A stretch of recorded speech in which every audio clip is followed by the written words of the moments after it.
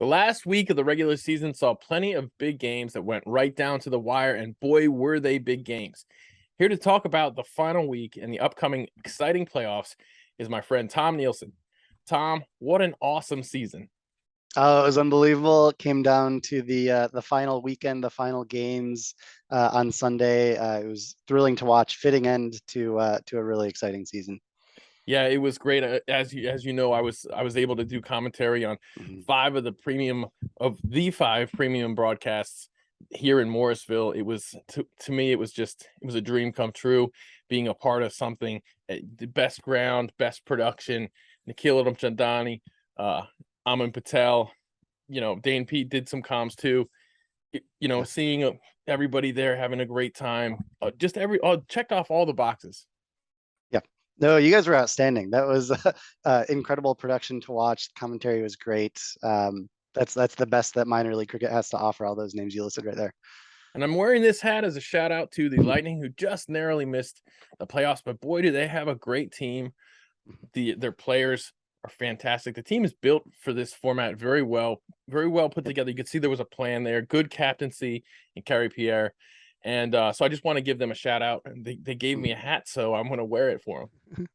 Of course, gotta give them credit, and yeah, that's a playoff worthy team, right? I mean, they would certainly would fit in with all the other playoff teams. That, like you said, just missed out, but Right. glad you're repping them right here. Yeah, with your analysis, you know that they are a playoff worthy team.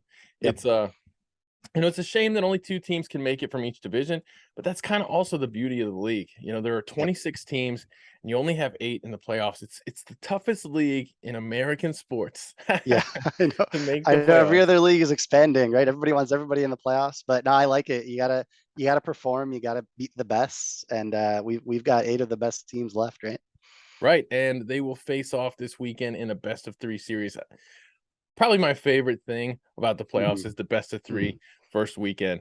So we'll get to see that this coming weekend. I'll be back on comms again here in Morrisville as the Raptors host the New Jersey Stallions, but there'll be more on that to come. Right now, let's talk about the big races this weekend. Now, we can gloss over the East a little bit because New Jersey finished first as they started the weekend in first place, Hmm. having clinched the playoffs. And then you had the Manhattan Yorkers in second place heading into the weekend. Those two teams were in the playoffs. Yep. So Manhattan had to win 2 and New Jersey had to lose 2 for Manhattan to have a chance at first place. And it didn't Mhm. happen for them, of course. There were no real surprises there. Yeah, I know the Philadelphians were technically, mathematically in it. Realistically, they weren't going to make up that end run, right? But yeah, everything went as expected in the East with New Jersey and Manhattan getting to the playoffs. Well, we are getting a better idea of what is a realistic net run rate to make up for, Yeah. thanks to the results in the West this weekend. But once again, we'll get to that a little bit later on. Yep. Let's talk about the Central next. Mhm. Chicago had to win on Friday night, and Michigan had to lose. Michigan just had to lose. Well, Michigan had to, after Chicago won on Friday night, Michigan had to sweep Dallas. They fell on Sunday. Top of the order, failed them a little bit, lost 3 wickets within the power play. Never really got it going, ended up being a pretty easy chase for Dallas. So that put Chicago through to the playoffs. Yeah, very rare to see Hmm. Michigan fail at the top of the order, but we both know that if they do fail at the top of the order, it's just about curtains for them right Yep. now. Yep. Now they are so incredibly dominant in that aspect of the game. Hmm. How did you have them ranked in the league, Michigan? Yeah, I had Michigan fifth in the Pacific Conference, so that was a really strong team, like you said. Top of the order is fantastic. Noman Anwar, Ryan Scott. They've got some decent bowling as well. So again, another one of those teams. They would have been a credit to the playoffs, but unfortunately, that was a tall task for them, right? 2 against Dallas, who I've got as the number 4 team in the conference and top in their division. That was a tall order. That was always going to be a tall order for Michigan, and yeah, couldn't get it done. Again, just a rough start to that match on Sunday, and it was kind of over before it got started for them. Right, really tough to have to play the top team in the conference, the top Mhm. team in the division 2 times, and having to beat them both times to make the playoffs, even though they were without Nosh Kanjigi. Chicago Tigers move on. They're a brand new team. They're one of the new teams into the playoffs this season. Congratulations to them. Where did you have, this is another very interesting thing. Where did you have Chicago ranked in the Pacific? Or you can do division first or Pacific, whichever one you want to do. So this is maybe a little controversial. I had them 6th out of 7 in the division, 10th in the conference. I would stress I'm a Chicago guy. If I could have biased the model to have them be stronger, I would have. So let this be a sign of my unbiased nature with the model. What ultimately what it comes down to is the model takes into account margin of victory. They had some narrow victories on the season earlier this year. Right. They only took the Blasters down by I think 9 runs. They had a late loss to Lone Star when they're out without Calvin Savage on the July 4th weekend. They lost to San Diego. So just a couple iffy losses here and there, some close matches. They never really had too many completely dominant wins. So yeah, they did take down Dallas earlier in the year. That helps a lot. But yeah, net run rate, margin of victory is accounted for in the model, and that kept them a little bit lower in the rankings. But again, still a really strong team, and I know we're going to talk about them more later.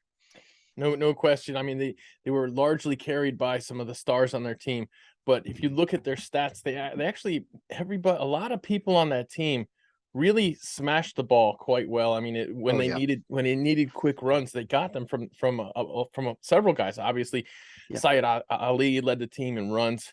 Their leader, one of their leaders, Marquez Ackerman, all rounder, did quite well. But him and Karen Kumar kind of had a steady kind of a presence in the batting order to kind of make the game go far. And then you had Calvin Savage, Prithvish Patel, Manan Patel, other guys who would score in a rush for them. That's what T20 is all about. Yeah, they're a fun team. They play with incredible intent. They're going out there smashing the ball. Like you said, they've got a couple guys who can play that anchor role and keep the innings going. But most of their guys through the lineup, even some of their bowlers can smash it at 2 runs a ball if they need it. So yeah, really fun team to watch. Excited to see how they do in the playoffs. And possibly the best, or let's say one of the very best U21 players in the league, Sammy Sahale, led that team in wickets, even with the presence of Calvin Savage in the team. Sammy Sahale came through with 21 wickets his economy was a little expensive, but for a U21 player to strike every 17.76 runs and taking wickets, being the top wicket taker in the team. And I've heard that he also bats very well. We haven't really seen much of that yet, but I heard that he's just an all-around package just waiting to happen. Oh, he's fantastic. Yeah, like you said, leading the team in wickets. Death bowling specialist for the team. Usually came in late middle overs to the death and can kind of put teams away. Like you said, maybe a little expensive. Maybe tighten up that economy in future years, but a real talent for the future. Managed to score 99 runs with the bat, so we saw a little bit more of him than I had thought. Yeah. But excellent job by the Tigers to make it to the playoffs. Unfortunately for them, they have a pretty rough draw in the playoffs, don't they? Yeah, we got a newcomer to the league facing our defending champions, Silicon Valley. So, it's obviously on paper. You got to say Silicon Valley is the favorite. My head says Silicon Valley. My heart will say Chicago Tigers. But that's going to be a really fun matchup. And yeah, that's going to be a tough task going to California to face Silicon Valley. No question, but this is something that a new team can use, to plant the seeds of confidence for the coming years. And this season's going to go a long way. You have to think it will for the Chicago's win, lose, or draw. For the Chicago Tigers win, lose, or draw. Let's hope they make it to Sunday, which will mean that they'll have won one game and forced a game 3, which is going to be nothing better than a Sunday full of game 3s, if you ask me. I know. Hopefully we have 4 of them. No shortage of drama coming on Sunday. Definitely. And speaking of drama, the Raptors in the South, they needed to win once over the Lightning this weekend. They had a forfeit. They had the benefit of a forfeit on Friday from the Fort Lauderdale Lions, which was very interesting because the Lions then beat the Atlanta Fire on Saturday, which caused different scenarios to rise up.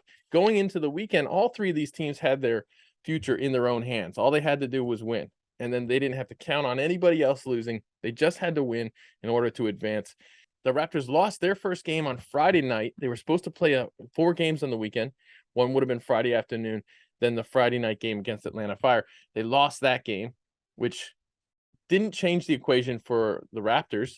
It made things look better for the Fire as far as clinching first place, but it didn't affect the Lightning's chances of getting into, didn't affect their chances of getting into the playoffs, because the Raptors still had to beat the Atlanta Lightning once on either Saturday or Sunday in order to get in the playoffs. And unfortunately for the Lightning, they had to win both of those games. Once again, unfortunately for the Lightning, they had 2 no results in the season versus one. The other 2 teams in the playoff picture only had 1. So here we have another situation in the South where plenty of no results due to weather. Yeah. That's, maybe there's a scheduling solution for that in the future. They did a good job this year of still being able to squeeze in some of these games, make some of these games up right at the end. It's a big challenge, and hats off to the league for doing that. But maybe a schedule change in the future can help make that even a little bit easier. But scheduling changes are boring to talk about, maybe. But go ahead. No, I was gonna say, the Lightning, they had one of the no results was against the Fire, and if they were able to play that, I don't have the standings in front of me. I don't know if that would have made a difference, but certainly, you want to get those games played, because no results, you kind of look at it both ways. Yeah, it can save you a point or it can lose you a point. Right. But ultimately, as a fan, you want everything to get played, right?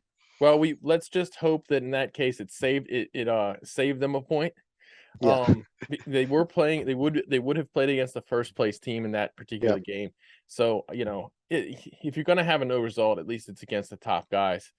Yep. But on Saturday night, the Raptors actually had another photo finish, basically, which is we've come to expect them here in Morrisville with the Raptors and with other teams. But on the final ball, they needed 2. Actually, they needed 13 to win in the last over. The final ball, they needed 2 runs to win with Matthew Ford on strike. And you could see the way that the Lightning set the field. They were playing for a single, and then they were hoping for a super over, which, for God's sakes, how many more of those do we need? Our hearts can't take it. But Matthew Ford placed the ball perfectly and was able to complete the double, ran very well. It was a photo finish, but the umpires got it right. And now we have the Raptors in the playoffs, and that ended the Lightning's run for the season. Yeah, it was an unbelievable display of Morrisville magic. Once again, like you said, they needed 13 from the last over. Obus started off the over with 2 4s, and I said, well, he's just going to maybe smash a 6 to finish it here.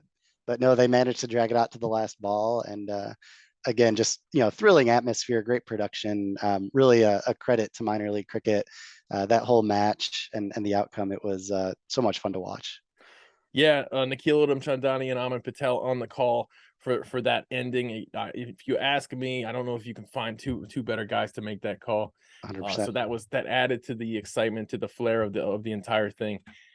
It was a great weekend. I got to see a lot of Rakeem Cornwall, for example. Getting to watch Rakeem Cornwall for 3 games, and I didn't have to pay any money. Yeah, that was absolutely fantastic. He went off on Sunday. It all came down to Sunday for the Lightning. They actually had a chance to make the playoffs still on Sunday. So if the Fire had lost that game and Atlanta had won their game later on against the Raptors, Atlanta would have made the playoffs. Instead, the Fire won their game against Fort Lauderdale, which, like I said, Fort Lauderdale beat them on Saturday very improbably, thanks to a JaVale Glenn, a beauty to watch. I don't know how many balls he lost, but there are some sitting there in the pond on Church Street Park. And then on Sunday, obviously, the Fire, it wasn't even a contest. The Fire won that game really easily, and that ended all of the suspense that would have come with the Sunday game. The game in which the Morrisville Raptors rested 6 players, played all of their young players, and lost to the Lightning, who finished the season on a win, but it wasn't much of a consolation prize, really. No, for sure. And even less of a consolation prize is the fact that they are ranked 4th in the Atlantic Conference in my model, just ahead of Morrisville. But yeah, again, what a 3-team race to have all 3 in it. Up, again, mathematically up until that last day. was great fun to watch from that division. Just a 5-team division, right? They're really packing the drama in, and Yeah. yeah, great season from all three of those teams. And let's see what they do next season if they add another Florida team, or another Atlanta team, or possibly maybe even a North Carolina team, or if they bring DC Yeah. down here and add Mhm. another team. Who knows what they'll do? Maybe a Richmond team. Who knows what'll happen? Yeah. But Yep. I think they really want a sixth team in that division. Yep. Yeah. I thought DC would be a good option. They're far enough south to kind of be close-ish, get them a little more experience on turf wickets with the outstanding bowling attack they have. That would be a sight to see for sure. They would definitely not want to be on one extreme of that division, though. The travel expenses, Yeah, I wouldn't blame them for turning that down, for sure, especially, for sure. in Maryland, in the DC area. You're a 3-4 hour drive from pretty much all those other teams that you have to Hmm. face Yep. outside of New England, of course. Yeah. But that brings us to the division where chaos reigned Hmm. supreme this weekend, and that Yeah. is the West. And why don't you break us down what exactly Seattle and East Bay had to do this weekend in order to make the playoffs? Yeah, so East Bay had one match left going into the final weekend against the Hollywood Master Blasters. Seattle had two against the Golden State Grizzlies. So certainly, schedule advantage went to East Bay. Going into the weekend, you would suspect East Bay would take care of Hollywood. That meant Seattle would not only have to win two against Golden State, but also make up quite a sizable net run rate advantage. It was 0.24 runs going into the weekend, I believe. East Bay started off with a really solid win against Hollywood, as you'd expect. I think they chased it down in like 11 overs or something like that. And that really just compounded the difficulty for Seattle having to get, that net run rate went up to like 0.4 going into those last two matches. But somehow Seattle managed to get it done. They chased on Saturday, they chased it down 11.5 overs, and I think they had to get it on Sunday. Great bowling effort against Golden State to hold them to a low-ish total. I think they had to chase it down in 8 or 9 overs, and they ended up chasing it down in 7 overs and one ball. Yeah, I think it was 8.4 overs. They said on the broadcast, 8.4. as it goes sometimes with these, the Yeah, original math isn't always accurate. yeah. You want So to be safe, right? you want to be safe. You don't want to leave anything up to that recalculation at the end. So Yeah. yeah, that's amazing that they could pull that off. Unbelievable. And yeah, for this match on Sunday, they bumped Harmeet Singh up to 3. He'd been sitting, mid to lower order 6 or 7 all year. He got, what was it, like 45 runs off 13 balls. And that won it. That put him in the playoffs. Just unbelievable effort. I know, last week we had said, yeah, it's mathematically possible, but realistically, can they do it? Because Golden State, they're a really solid team. They were a playoff team last year. Yeah, exactly. The playoff team last year, they had a lot of pieces back. They retained most of their roster. They didn't really get it going this year quite as much, missing some players for parts of the year due to injury, U.S. duty. Right. But again, a really solid team, and for Seattle to be able to put them away like that and get into the playoffs, unbelievable drama, shocking. Really loved to see it. That was one of the last matches of the day on Sunday. It was great to watch. When I saw what they had to do to make the playoffs, I had pretty much just counted it out. Yeah, I just pushed it out of my mind. I was like, all right, what's the next storyline to consider? yeah, yeah, But when we got done with that game on Sunday with the Raptors game, and I looked at my phone and I looked at what happened, yeah, I couldn't believe it. I had a lot of emotions going on because yeah, I know some of the guys on either of those teams, yeah. so I felt I felt for David White, who put together one of the best Oh, seasons in the incredible league. year. He's got a Yep. great argument for being a most valuable player of the league. He's Hmm. certainly in the top 3 in the Pacific. Yeah. Um, 607 runs, Yeah. 37 sixes, Unbelievable performance. 51 fours, strike rate of 145, average of 55.18.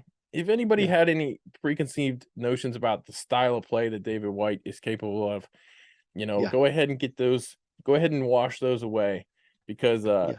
he is definitely a very good T20 cricketer, and he had a Oh, great season. I outstanding. felt a little bit crushed for him. Yep. Yeah, yeah. And I mean, he's one of those guys, huge improvement over 2020. I mean, he was great in 2021, don't get me wrong. Sure. But from a strike rate perspective, I think he went from like 110s up to like 140s, Right. 150s this year. So just really hitting the ball so much better, scoring with ease, scoring at a much quicker pace. And again, T20 balls are resources. You got to maximize them. Right. Just great season from David White, and again, every division has one, right? A team that would have been a credit to the playoffs, would Right. have been their first time in as well. So either way, with them or Seattle, we're getting a new team in the playoffs, new blood. So a shame to see them miss out, but again, great season, something they can be proud of this year. And with that, the reputation of Morgan Hill has done a complete 180, hasn't it? Yeah, for sure. Yeah, and scoring was up across the league, right? Not just Yeah. Morgan Hill, but everywhere. Strike rates this year were well up from last year. So higher Right. scoring matches, more action, better batting. Maybe Right. better surfaces. You couldn't tell as much this year looking at a score whether or not it happened on turf. Which Exactly. Exactly. last Yeah. year and especially in the exhibition season, but it's the first half of last year, you could look at a game and you could say, well, that was a turf game for sure because Yeah. you know somebody failed to chase 125 or something, Yeah. you Yeah. know. Yeah. And so this year, no, that to me shows the standard of Hmm. cricket in the country is going up Hmm. thanks to this league, and that's a very important thing to think about, to talk about. For And sure.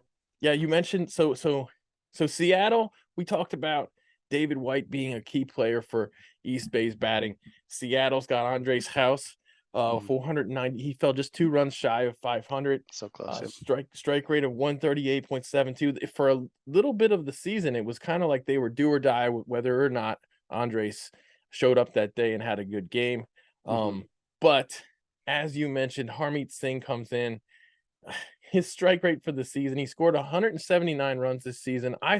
have seen him bat quite a bit. I got to see him in Houston during the Houston Challenge 50 overs, and he was everyone else is scoring at .7 or so, and he was scoring at about 1.2.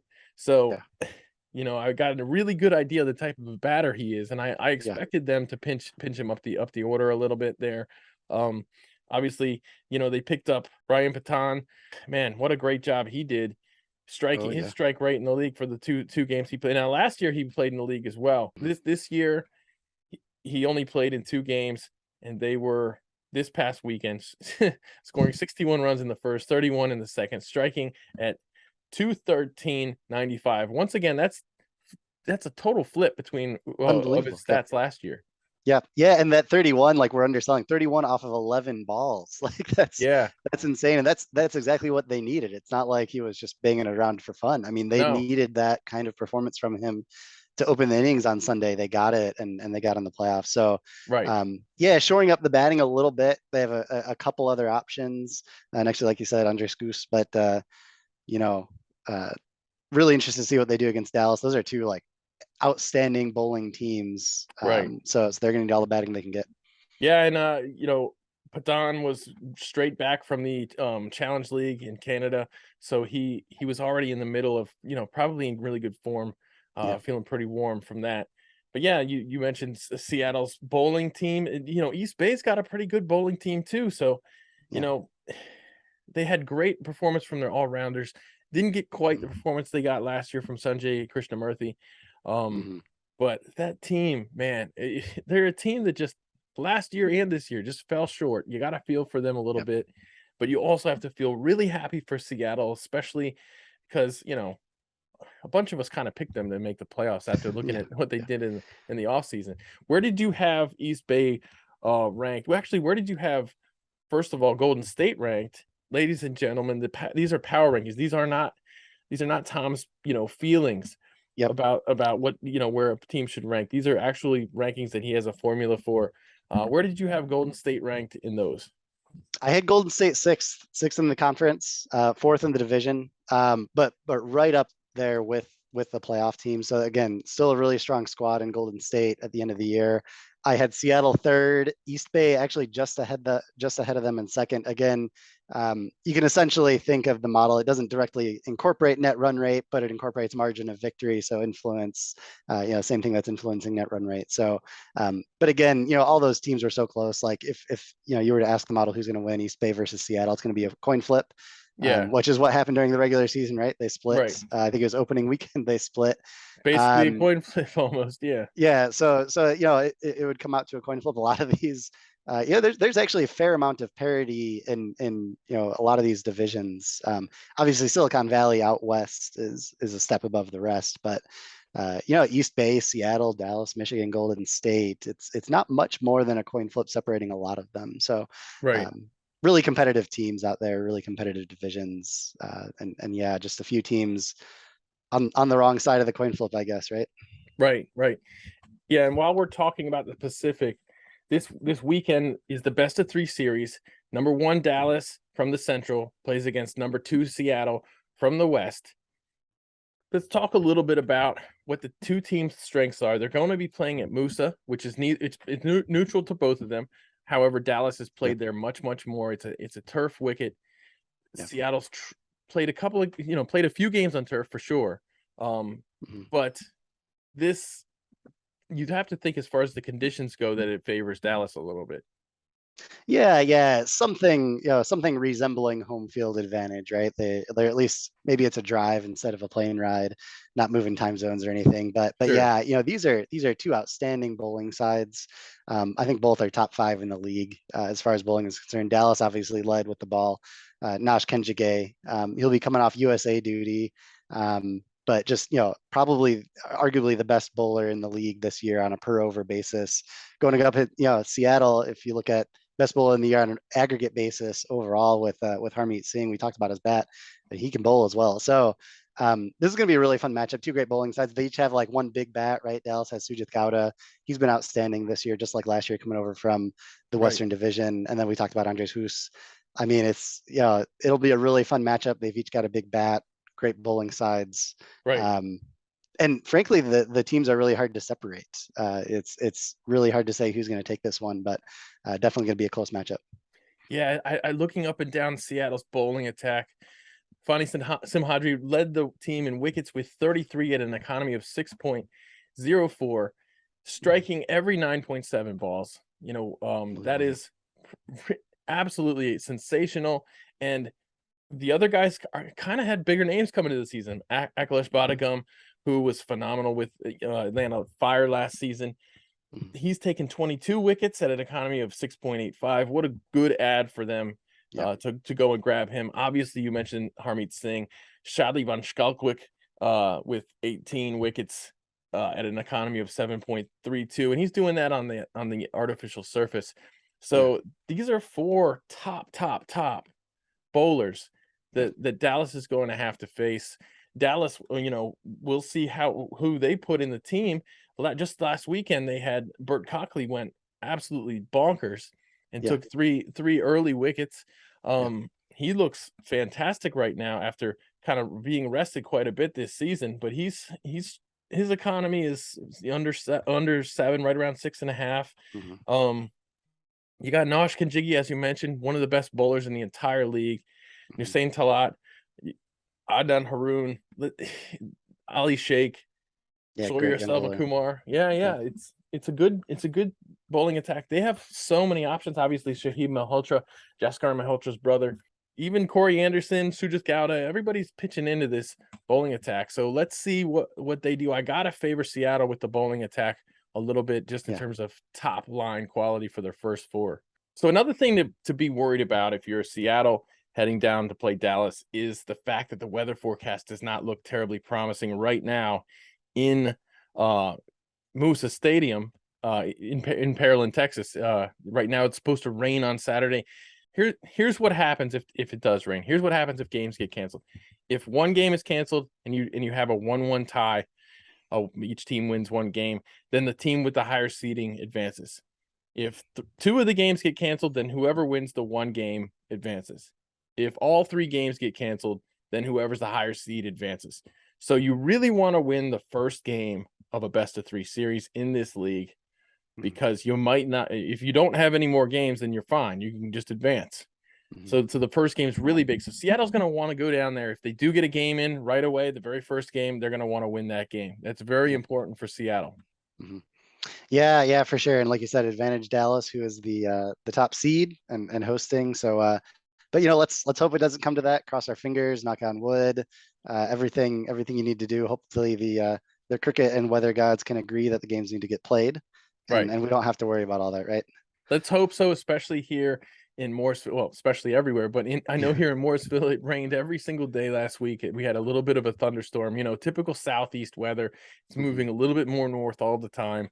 Silicon Valley Strikers facing off against the Chicago Tigers, last year's champions versus this year's newest team, and they'll be playing that at Morgan Hill, no doubt. Yep. Yeah, this is going to be a really fun matchup. We've talked about both teams. Silicon Valley, again, defending champ, outstanding this year.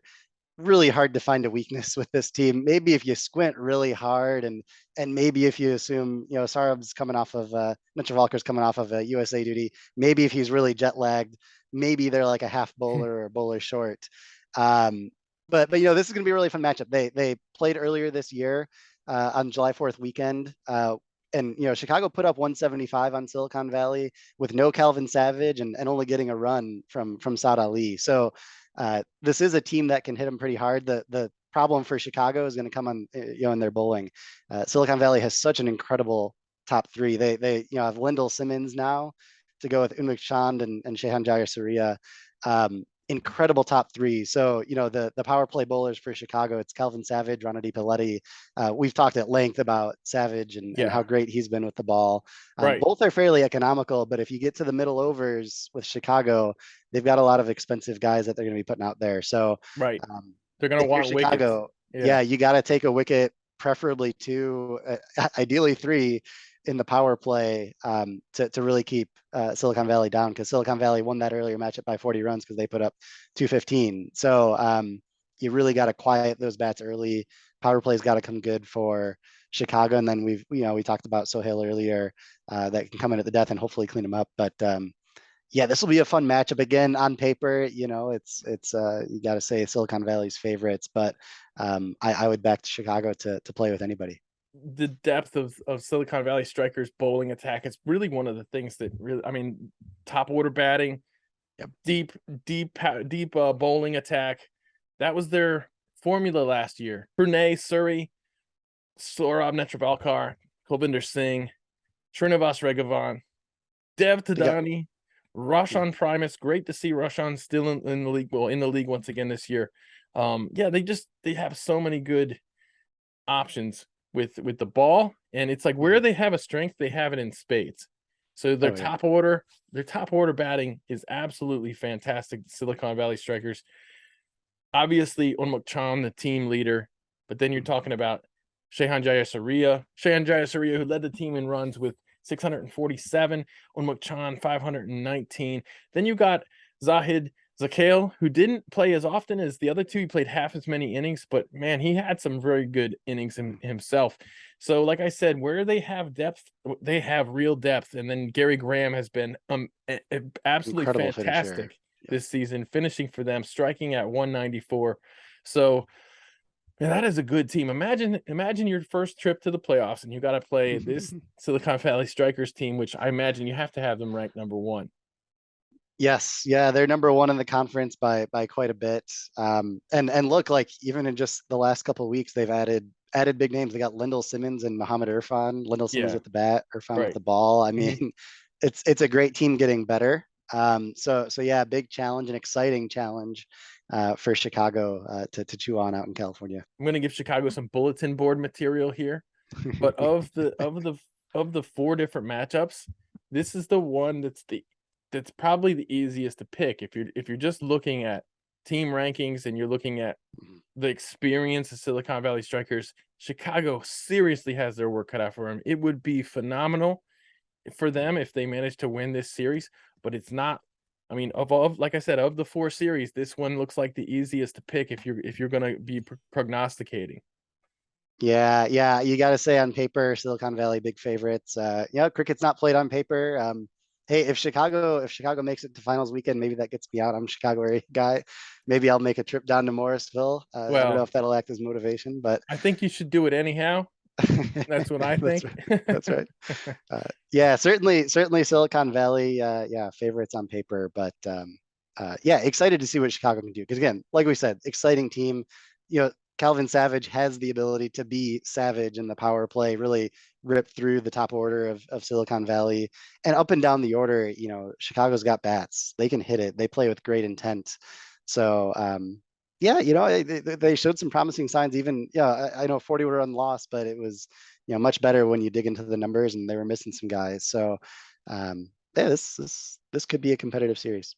So that takes us to the Atlantic, where we have Atlanta Fire versus Manhattan Yorkers. And this was a thing I couldn't figure out which of these two teams, the Manhattan Yorkers and New Jersey Stallions, one of these South Division teams would want to face in the first round, because both of them are just so good.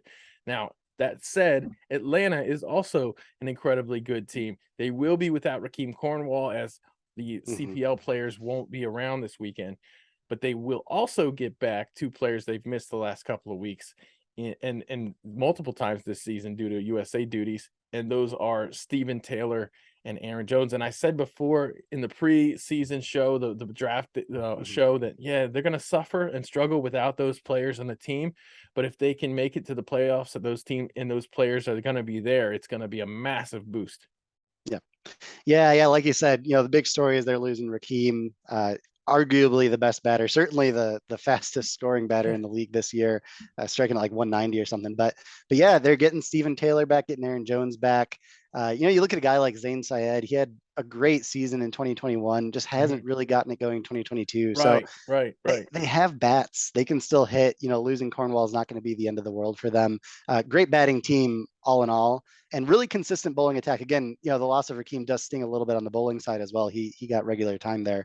Right. But they got five guys that are very good bowlers that they use regularly. So, this again, the loss of Rakeem is going to hurt a little bit, but still plenty of talent left. Maybe you get Stephen Taylor some overs with the ball. He hasn't done that too much in minor league cricket, even though he does a lot with the U.S. side. So they've got options.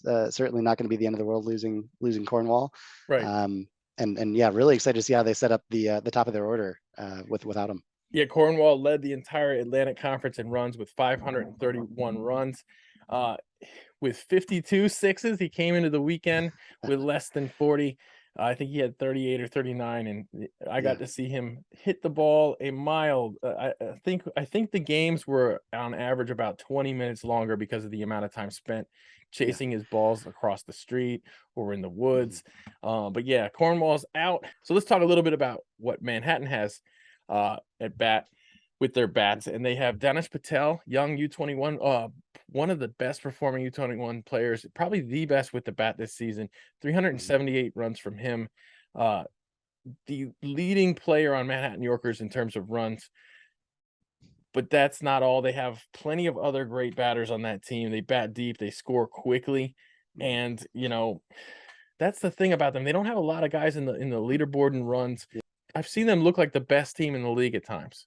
Yeah. Manhattan's, they're a really interesting team. They're actually, I've got them by total impact, the best bowling and the best batting team in the Atlantic Conference. So they can do it on both sides. But what's interesting, like you said, when you look at their roster, they've had a little more roster turnover than some of the other top sides. They lost John Campbell partway through the season, departed, but got them. They got Sean Findlay, Christopher Barnwell are back in. They've made some pretty big contributions the last few weeks of the season. So tough to pick.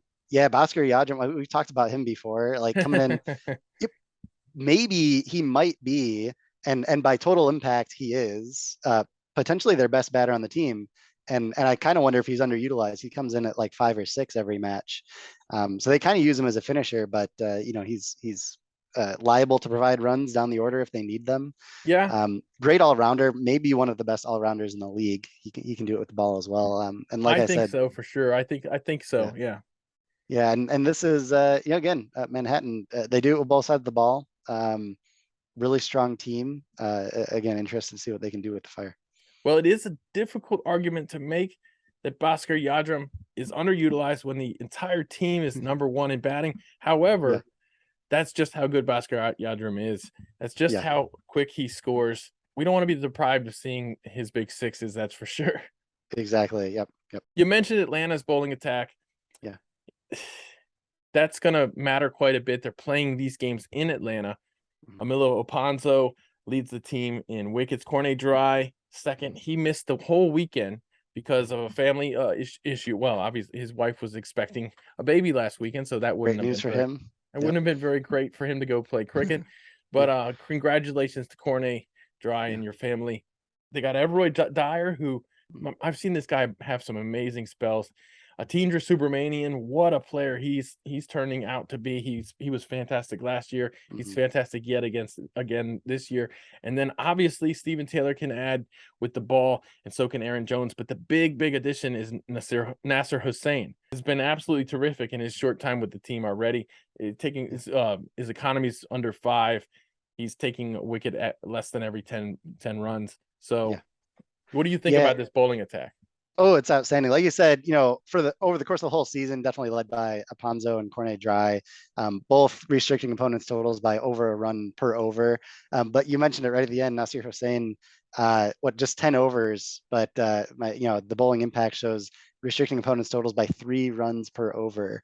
Again, incredible. That's Nash Kenjige levels right there, and so that's kind of maybe your replacement filling in the overs that are going to be emptied from the departure of Rakeem Cornwall.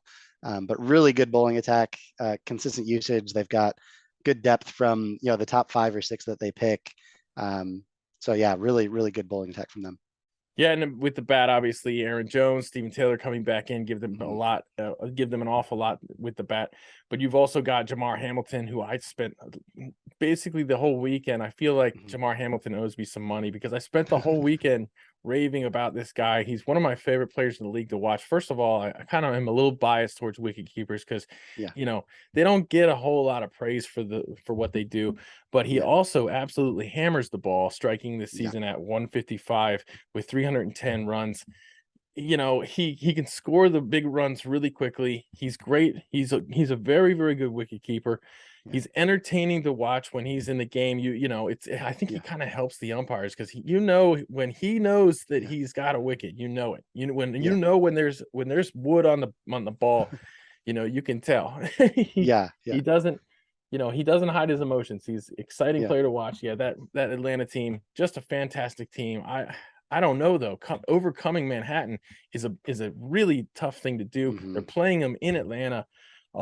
That is Atlanta's home, but straight the straight sixes at that ground. It doesn't take a lot to put the ball hmm, over the boundary. I think if I were them, I might have chosen instead to play at Church Street Park, which might have been an option. It might have been a choice for them to, having just played 3 games here this past yeah. weekend. Playing on a larger ground against an East team is always a good idea. Yeah, for sure. And it'll be interesting to see Manhattan. They're also getting some guys back from USA duty, Gajnan Singh, Yasir Muhammad. Um, so yeah, it'll be a tricky weekend for the Fire. Yorker's best net run rate in the whole conference. So yeah, this is another one like the Dallas Seattle matchup out west. It's hard to pick between the two. So excited to see what happens. Yeah, that brings us to New Jersey Stallions versus Morrisville Raptors, which I'll be here doing on commentary, so I'm plugging that. We're gonna have a great premium setup for that this weekend here at Church Street Park. The Stallions once again against the Raptors. This is the only Mhm. matchup in the league that's the same from last season in the best of 3 series. The last year the Stallions made short work of the Raptors, but the Raptors, I believe, are a much stronger team this season. Mhm. Dane Pete has a belief in everyone on his team. You saw them play 6 Mhm. new players on Sunday. That was a little bit of a reward for the guys who've been there for the team and haven't got much time. But at the same time, it's you want to see what you got on the bench. You want to see them in a game Yeah, situation. And he really expected to win that game anyways. He wasn't laying down for anybody. yeah, yeah, And I know this because I've talked to Dane. I know the way that he thinks about these things, about winning, and he's determined to win. He doesn't care who they play. They yeah, have a plan. They know what their strengths are. They scout the other teams. yeah. So that's a big thing for Morrisville. They're a much better team this year, I believe much more prepared, much more confident going into the playoffs. They earned their way into the playoffs before this season instead of kind of backing into the playoffs barely last Yep. season. It's got to be a boost. Then you got the New Jersey Stallions. They are on top of Mhm. the East. That is, we've talked about many times before. That is a very difficult division. Any Mhm. game you can lose against the worst team, the lowest ranked team in that division, lowest team in the table. Those games they're probably the hardest to pick in the entire league. Yeah. Yeah. The East is one of those, like, anything can happen. I remember like 2 or 3 weeks in, just kind of saying like, oh, I don't know who's going to win this week in, Yeah, week out. right. Games aren't too far from being a coin flip. So to come out on top, that just shows you're a team that knows how to win. Like you said, kind of a mostly rematch from last year. Morrisville under new ownership, but yeah, New Jersey, interesting team. They've only had 2 games on natural turf this year. Mm-hmm. They did win them both, and one of those was a win over the Atlanta Fire. So they know how to play on turf. They did it last year in the playoffs. Defending Atlantic Conference champs. But yeah, really good matchup here. Yeah, and they have Anthony Bramble as an addition this season, who has been absolutely tremendous.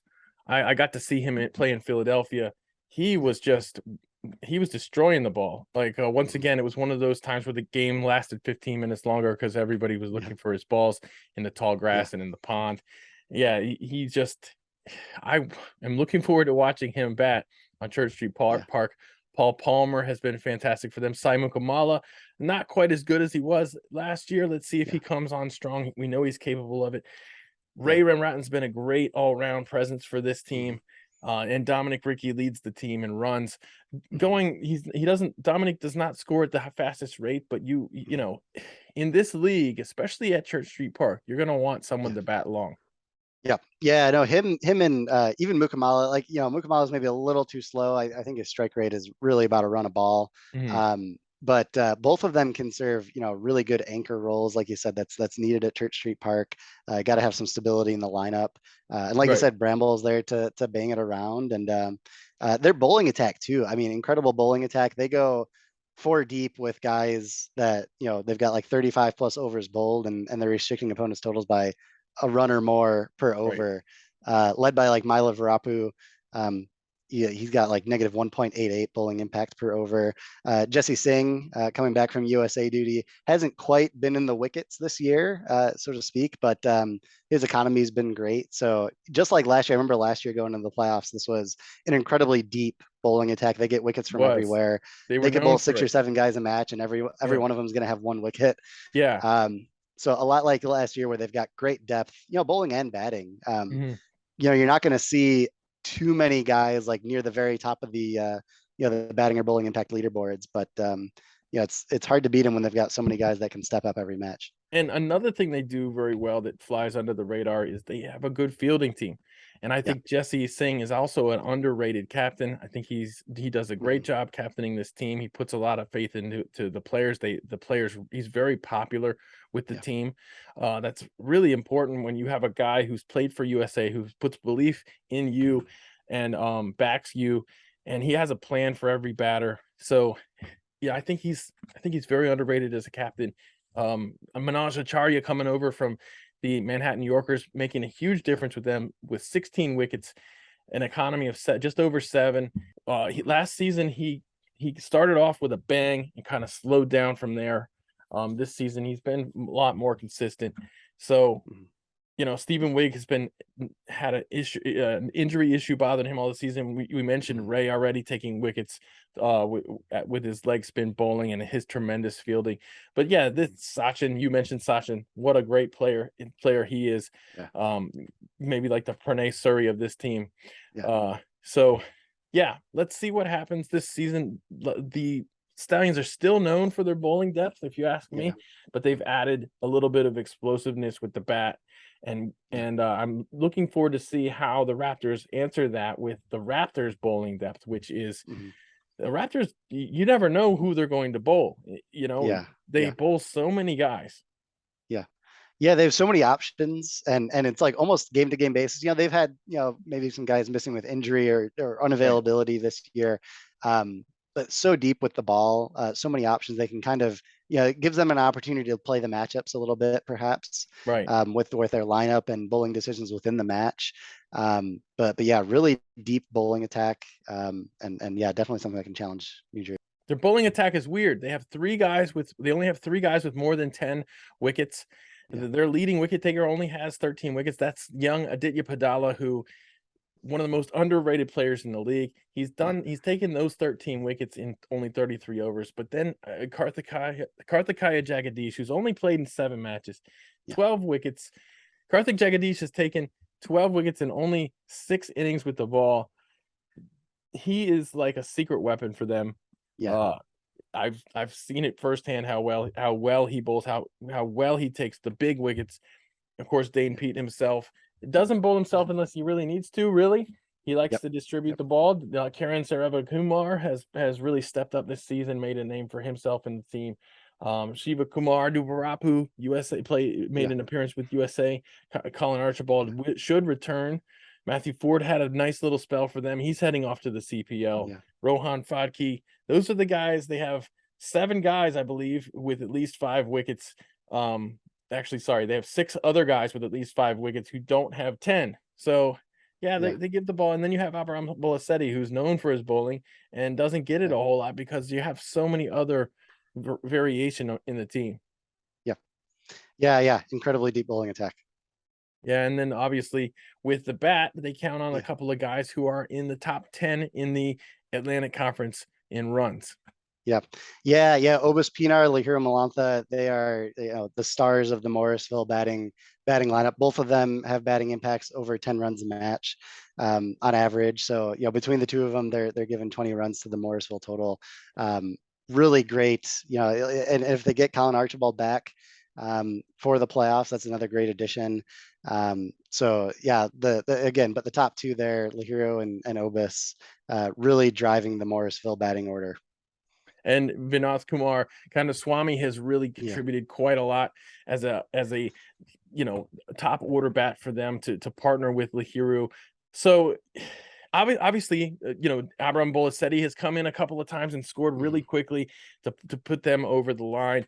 Dane Pete only has 76 runs, and that's wild when you consider that just about every one of those runs has come in a winning chase, where he scored the winning runs or was in the middle for the winning runs. So, man, this matchup looks really tight to me as well. I think it's tough to not favor the team that made the Atlantic Conference Finals when they have the same leadership and they have many of the same impact players that they had last season. So I think they got to be the favorites, the New Jersey Stallions. Yeah, certainly, and the model would place them as favorites as well.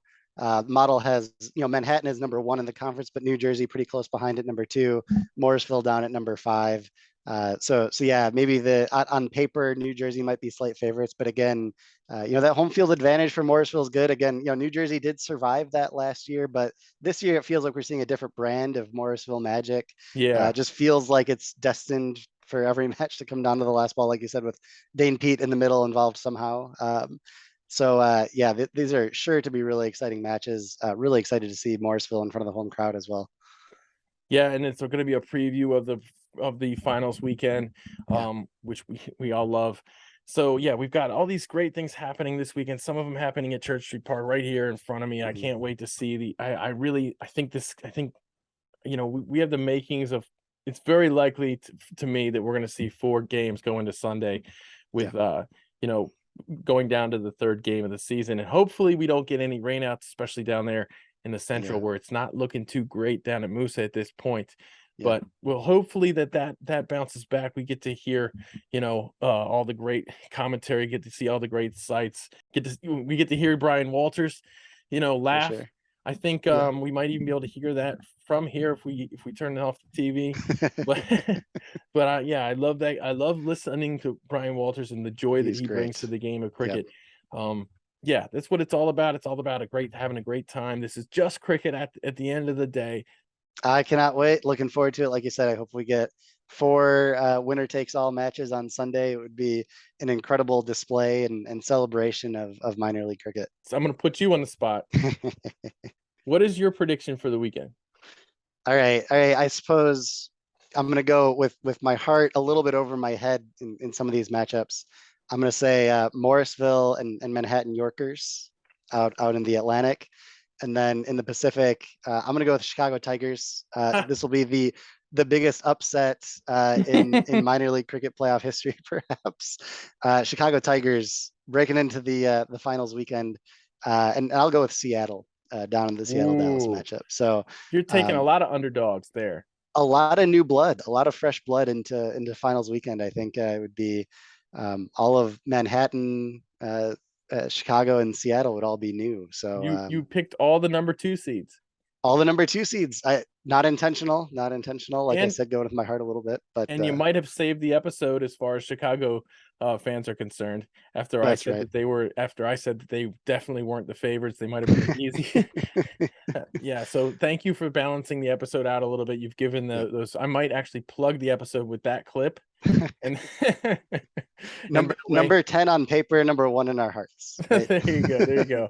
No, I've loved watching them play. They've been one of the great stories of the year, if you ask me. Their games are can't miss. If Oh yeah. I'm not doing commentary or something and their game is on, I've got it on. And they also matched Morrisville with the Friday night element, which we Love the love to Friday see. night matches. Yep. Gives me I can you know get to those Friday matches under the lights. Don't have to worry about the sun. Kids are in bed. Really love it. Hopefully they can I don't know if they'll keep playing at Hanover Park next year, but hopefully they can continue the Friday night tradition. And I'm hoping also that the Morrisville fans can forgive me for wearing an Atlanta Lightning hat on my head. I told them why. I told the players, it's not the fans I'm worried about as much as the players. But honestly, they seem to get along great with the Lightning players too. So it's great to see these great cricketers coming together when they're not in the middle of the heat of the moment, and seeing them get along off the field, which often happens down here in the South. And I'm sure it happens everywhere else too. So thank you for joining me, Tom. Thank you for listening to my ramblings and adding actual, actual value to the content. Oh gosh, I hope so. Well, thank you very much. And I'm sure I'll see you next week. Thank you for having me, Nate. Appreciate it. See you next week.